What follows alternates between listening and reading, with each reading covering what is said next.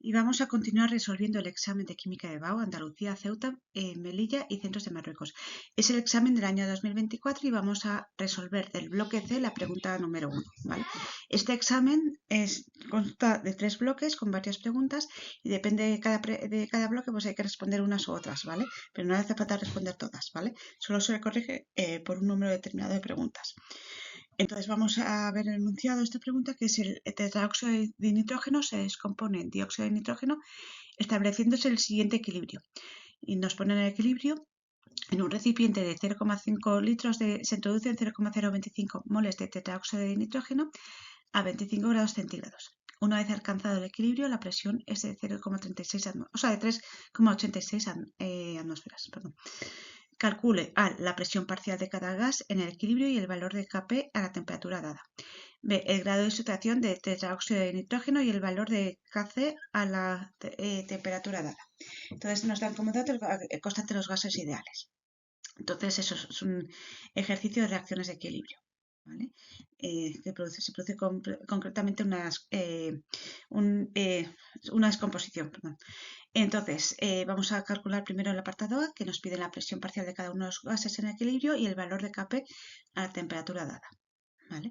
Entonces, eso ya nos dicen concretamente cómo es el equilibrio, que un mol de tetraóxido de nitrógeno se descompone en 2 moles de dióxido de nitrógeno, ¿vale? Y los dos, tanto el reactivo como el producto, son gases. Entonces, también tenemos que tener en cuenta la ecuación de los gases ideales, que es presión por volumen es igual a moles por constante de los gases ideales por temperatura.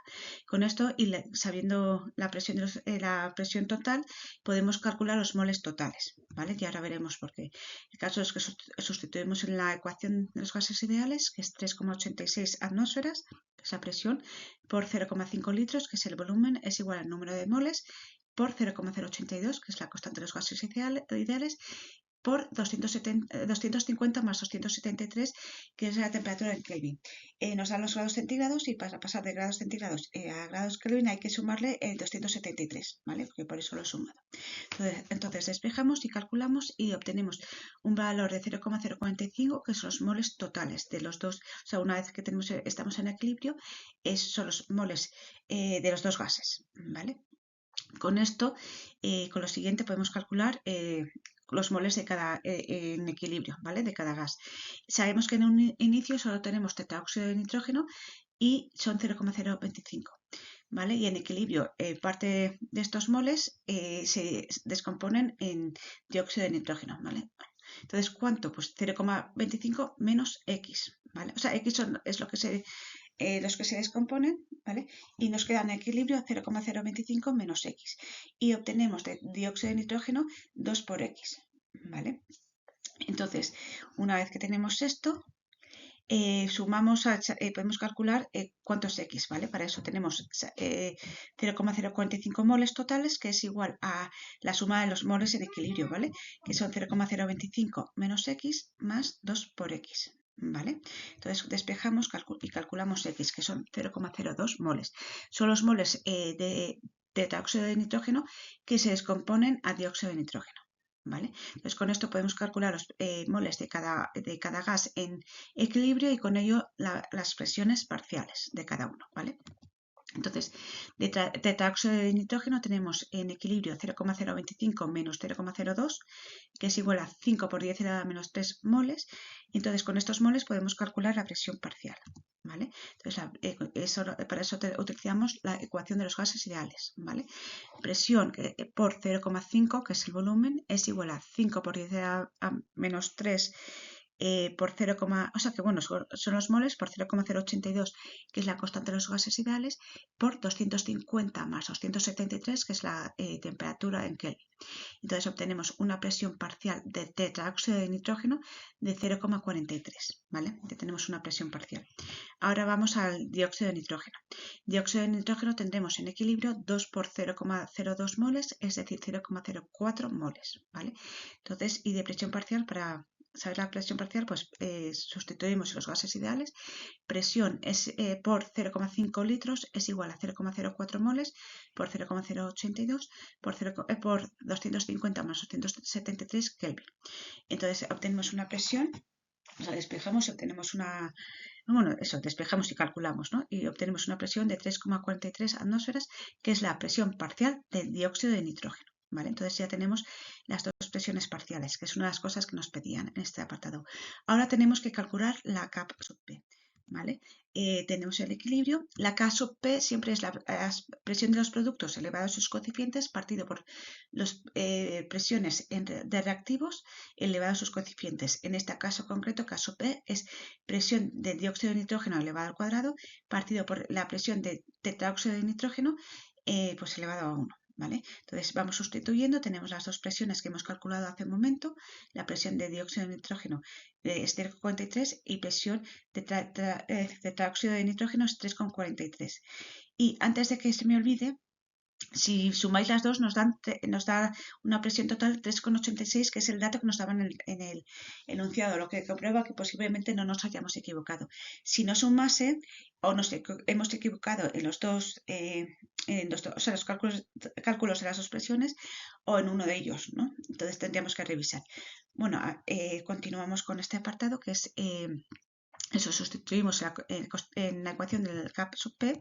Entonces, K sub P es 3,43 elevado al cuadrado partido por 0,43, que es 27,36. Y este es el otro dato que nos pedía, ¿vale? Entonces, ya hemos calculado todo lo que nos pedían en el apartado A.